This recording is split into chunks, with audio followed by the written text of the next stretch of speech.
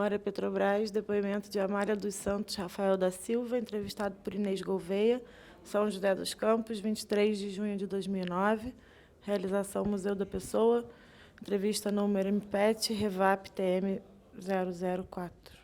Amália, para começar, então, vou pedir para que você diga seu nome completo, seu local de nascimento e sua data de nascimento. Tá. Pode começar. Meu nome é Amália, nasci no Rio de Janeiro. Minha data de nascimento é 14/1 de 1957. E quando que você entra na Petrobras, Amália? Eu entrei na Petrobras em 20/12 de 1977. E para trabalhar em qual área? Eu trabalhava na área de telecomunicações, lá no 26º andar do prédio lá do Edice, na Avenida Chile. E aí lá você ficou por quanto tempo? Lá eu trabalhei entre o 26 e 25º andar, 11 anos. Trabalhei lá 11 anos.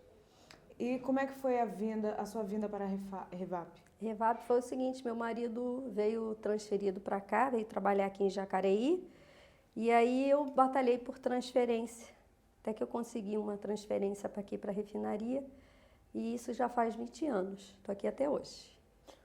Mas seu marido é da Petrobras Não, também, não? ele não é da Petrobras, Veio para não. outra... Ele, na verdade, ele estava terminando o curso de medicina, que ele estava no último ano, e ele... Não, no último ano não, ele já tinha feito 2 anos de residência, e ele prestou um concurso para a Caixa no Banco do Brasil. E aí ele passou para Jacareí. Aí trabalhou lá 3 anos, depois saiu, né? Que ele já tinha conseguido emprego na prefeitura. Aí está lá até hoje. O Banco do Brasil só foi para trazer ele para cá. E como é que foi a sua chegada aqui? Uma mudança de cidade, né? E mudança também do ambiente de trabalho.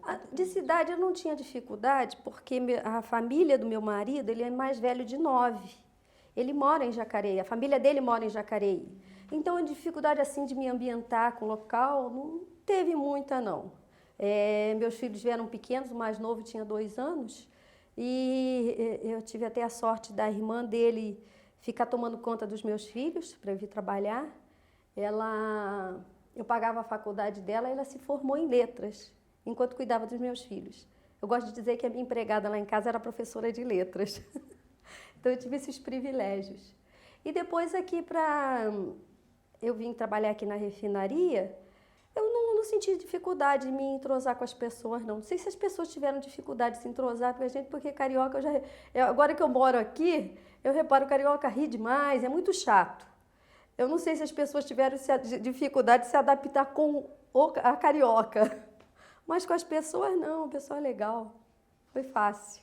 E chegando aqui, qual foi a área? Também foi telecomunicações.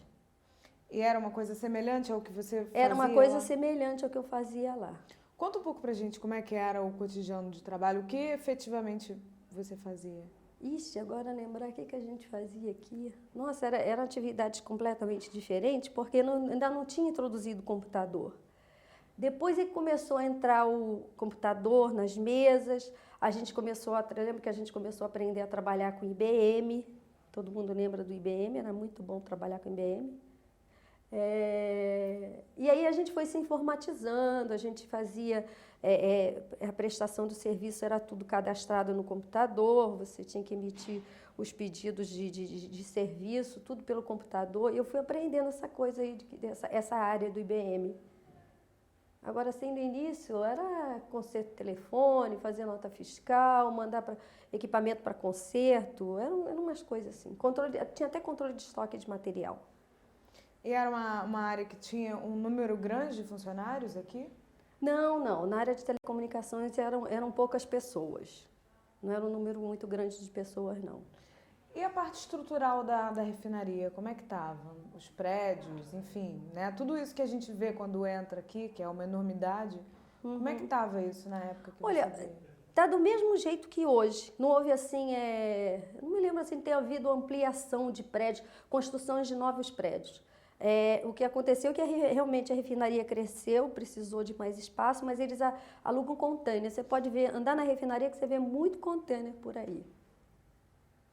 Agora, você que já conhecia um pouco aqui a região em função de Jacareí, e essa mudança da região em função do próprio desenvolvimento da Revap. Você teve essa percepção? Percebi assim, muita construção de prédio. 20 anos depois, você olha, por exemplo, lá no Jardim Satélite, algumas vezes que eu passei por lá, nossa, cheio de prédios novos. A cidade cresceu demais. Eu acho que em todo o país isso deve ter acontecido. Não é possível que tenha sido só aqui, né? A população acho que cresce muito. E olha o que tem de prédio hoje aqui. Eram áreas assim completamente de terrenos. Hoje em dia você olha, está tudo cheio de prédio. Cresceu muito a cidade. Mas grande parte dessas pessoas, eu suponho, tenham ligação direta com a refinaria. Eu acredito que sim. Eu pego muito esse ônibus que vai da Sampaio, que vai para o Rio, que eu vou muito para o Rio. Eu e meu marido, quando ele também vai, a gente prefere ir de ônibus. Eu acho mais seguro, ele não, ele gosta de carro. Mas eu obrigo ele às vezes me obedece, aí eu convenci ele a gente ir de ônibus.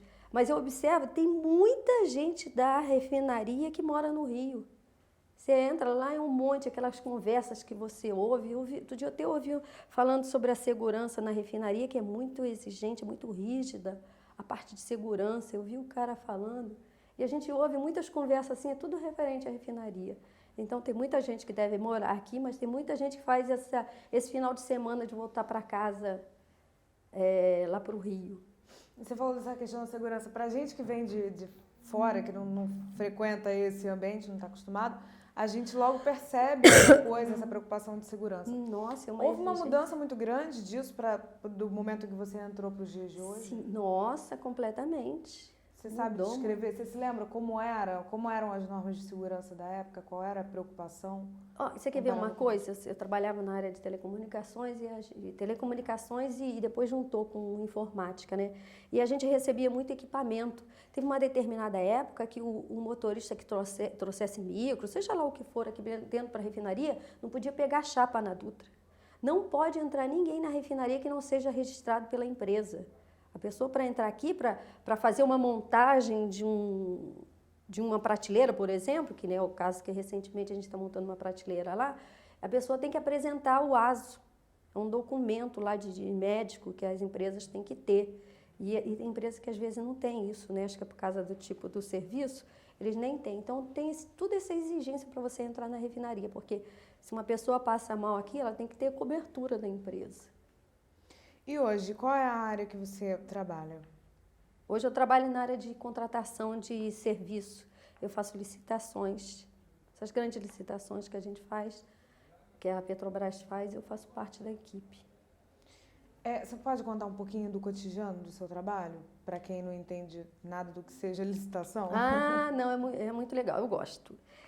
A gente prepara os convites para fazer a licitação, sabe? A gente pega a especificação de serviço, planilha de preços, orçamentação que as gerências fazem e prepara o convite para pôr na rua para licitação. Até outro dia, aí a gente vai adquirindo essa experiência, porque isso aí de vez em quando aparece na mídia, né? Por causa de corrupção, uma série de coisas, essas licitações. Outro dia eu estava no carro com os meus parentes e alguém falou assim, a prefeitura tal pegou a especificação de serviço todinha de uma outra prefeitura, como se isso fosse uma coisa absurda. Isso não é uma coisa absurda. Se é um serviço que uma prefeitura está fazendo, que é igual da outra, claro que você pode pegar já uma especificação de serviço, já pronta, isso é ótimo. Você já vai ler o que o cara redigiu ali, pensou e criou e vai melhorar aquela criação que ele fez. Isso não tem nada demais. Até melhorei ali a imagem que eles estavam fazendo de alguma coisa sobre licitação, né? Então, é isso. Só de curiosidade, quantas licitações, qual é a periodicidade, assim, de tanto tempo tem quantas licitações? Como é que isso acontece? Nossa, nós somos lá na sala, nós somos 6 pessoas e um gerente para conduzir as licitações aqui da refinaria. Agora, dizer quantidade, é difícil dizer quantidade porque varia do tamanho da especificação, varia do valor do serviço. Não sei dizer assim qual a quantidade, não. Eu sei que rola bastante, a gente não tem sossego. E o negócio é muito burocrático, é muito demorado. O problema dessas licitações que você pode ver aí fora é um problema danado por causa da burocracia, um negócio assim muito demorado. Tem que ter muita elaboração, uma série de coisas. Então o negócio o pessoal reclama porque praticamente uns 6 meses para ficar pronto. Do início que começou a fazer, que chegou lá na gente, até tá tudo concluído. É muito, muito demorado. E quais são os tipos de serviços contratados com mais frequência? É serviço de manutenção dos equipamentos da refinaria, temos serviços de engenharia também, de obras. A gente faz muita licitação, mas só de valores altos. A refinaria, inclusive, está em obra nesse momento, né? Está sempre em obra. Ela está sempre se renovando, sempre melhorando. Toda hora tem alguma coisa para fazer. Toda hora tem alguma coisa escancalhando.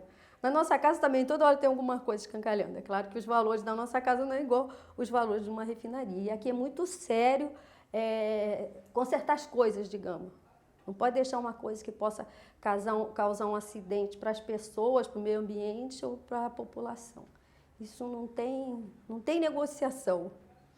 Amália, quais são as principais características da Revap? Principais características? Como assim? Pois é, acho que você considera principais, no aspecto que você considerar. Uma característica da refinaria? Se tivesse que descrevê-la, como você a descreveria? Bom, eu acho que eu vou falar da Revap, né? Mas deve ser em toda a Petrobras, esse valor humano que dão às pessoas. E as próprias pessoas acabam adquirindo isso como um valor, uma cultura, né? De valorizar o seu... A gente aqui viu...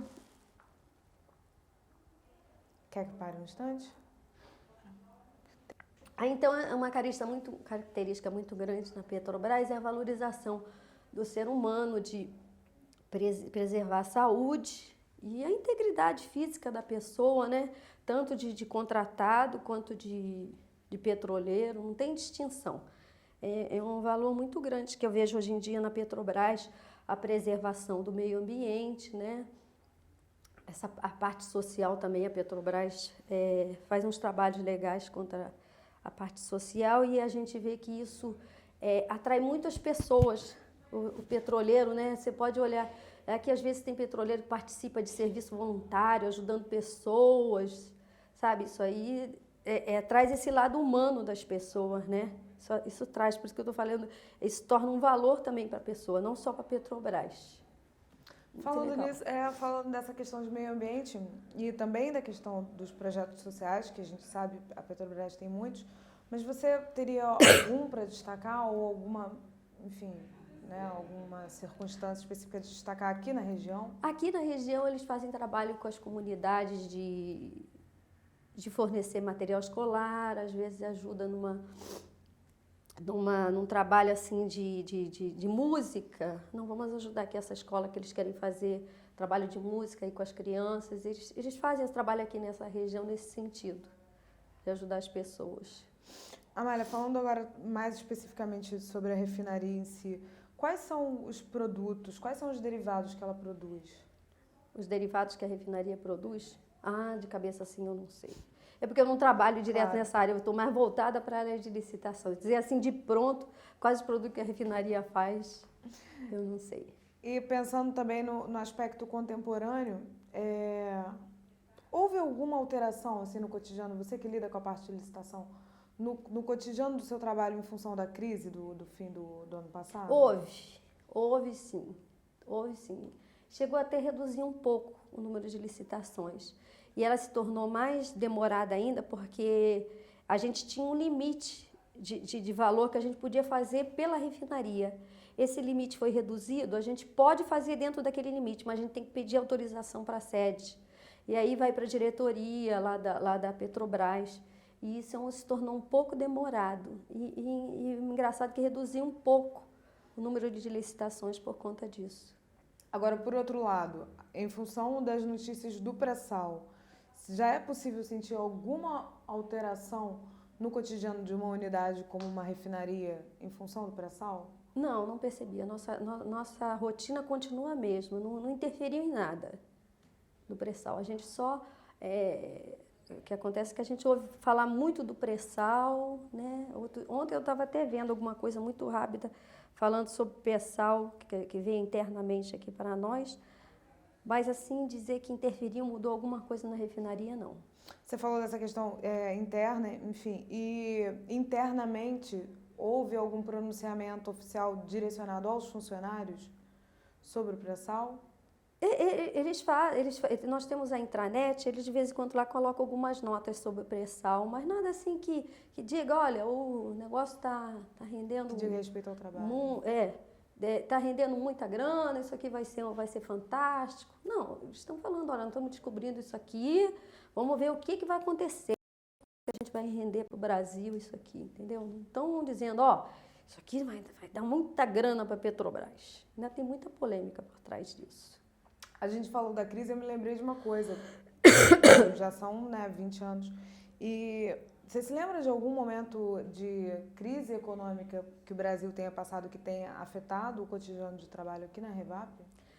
Teve uma época, eu não me lembro direito, mas teve uma época, acho que foi na época do Collor, que eles queriam demitir pessoas na Petrobras. Eu não lembro agora se aconteceu de realmente demitir pessoas na Petrobras. Aqui não aconteceu, aqui na refinaria. A única coisa assim que gerou uma certa expectativa entre as pessoas é: será que a Petrobras vai demitir pessoas? Foi uma época, mas eu não sei se em algum lugar do país aconteceu de demitir pessoas. Foi a única época, assim, não. Falando sobre isso, você é sindicalizada?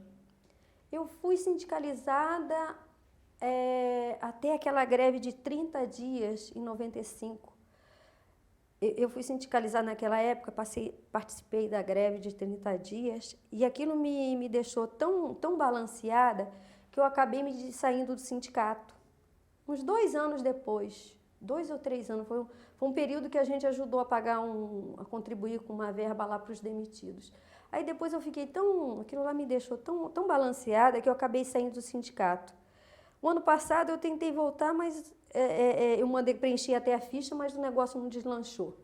Mas eu tenho intenção de voltar para o sindicato. Foi só aquele momento que me deixou muito balanceada, aquela situação de 31 dias de greve. Foi um negócio assim que balanceou muito. Muita gente, teve gente demitida, aquilo foi extremamente desagradável, chocante para as famílias, né? Foi uma época assim muito difícil. Você pode contar um pouco mais sobre esses 30 dias de greve? Porque a gente fala assim, né? Parece 30 dias e tudo, mas o cotidiano desses... Muito angustiante, porque ninguém quer perder seu emprego, mas todo mundo quer continuar.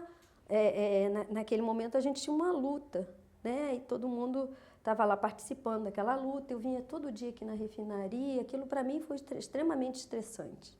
Fiquei 30 dias sem receber o salário. Meu marido reclamou: cadê o seu dinheiro? Não tem dinheiro, eles não pagaram, não vão pagar. Fiquei 31 dias em greve. Depois a gente voltou, ai, que bom que a gente voltou. Nem lembro o que a gente arrumou com aquilo, acho que a gente não chegou nem a arrumar nada. Só arrumamos confusão com aquele negócio. Mas aí vocês vinham para cá, ficavam... Não, ficava na portaria, vendo desenrolar, e assim foi durante 31 dias. Foi muito difícil. Houve uma adesão grande da Revap? Não sei em números. Eu não sei em números, assim, dizer se houve uma adesão grande. Adesão grande tem mais a da parte operacional. Da parte administrativa não é uma adesão grande. Nunca foi. Agora, da parte de operacional, eu diria que é 99% das pessoas participam. Amália, o que mudou? De um modo geral, o que mudou na Petrobras desde a sua entrada, que você pôde perceber? O que mudou? Então, mudou isso que eu te falei ainda há pouco, essa valorização das pessoas, a preservação, preocupação com o meio ambiente, né?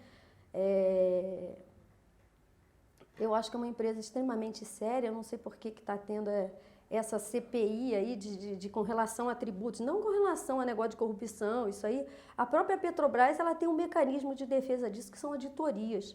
As auditorias, são pessoas extremamente treinadas, quando tem alguma coisa assim, eles pegam. Não tem jeito de escapar. Quando alguém está roubando alguma coisa, parece que os caras têm um instinto, vai lá naquela ferida, né? A Petrobras, ela corre atrás disso. E a mídia aproveita dessas coisas para falar de um outro jeito, né? Tem um jeito de falar as coisas, tem um jeito que você pode falar de outro jeito, de um jeito muito ruim. É o que a mídia faz, acho que é isso que vende para a imprensa. Mas outro dia deu uma confusão aí qualquer de tributos, de impostos. A Petrobras nunca sonegou nada. Não existe isso. Eu falo Petrobras porque somos nós que trabalhamos aqui na Petrobras. Nós não temos o menor interesse em querer sonegar alguma coisa, imagina. Entendeu? E está aí na imprensa falando um monte da Petrobras. Dizer as verdades sobre as coisas não tem problema. Dizer que fulano de tal, lá na Bacia de Campos, roubou, ou lá não sei aonde, né? Eu não vejo nada. Isso aí tem que ser realmente tudo posto a limpo. Mas dizer que Petrobras sonegou, não tem nada a ver. O que é ser petroleira, Amália? Ah, ser petroleira é tão bom. Olha, é tão bom trabalhar na Petrobras. Eu já coisa que é preservado, que nunca aconteceu assim de atrasar o salário. Entendeu? Eu acho que salário para a pessoa, né? Você ter aquele compromisso mensal, isso é uma coisa tão importante na vida das pessoas. O petroleiro nunca se sentiu assim desamparado, digamos, de cumprir com seus compromissos. É claro que eles extrapolam os compromissos, isso é outro assunto. Mas é de cumprir o seu compromisso e saber que o salário está lá no final do mês.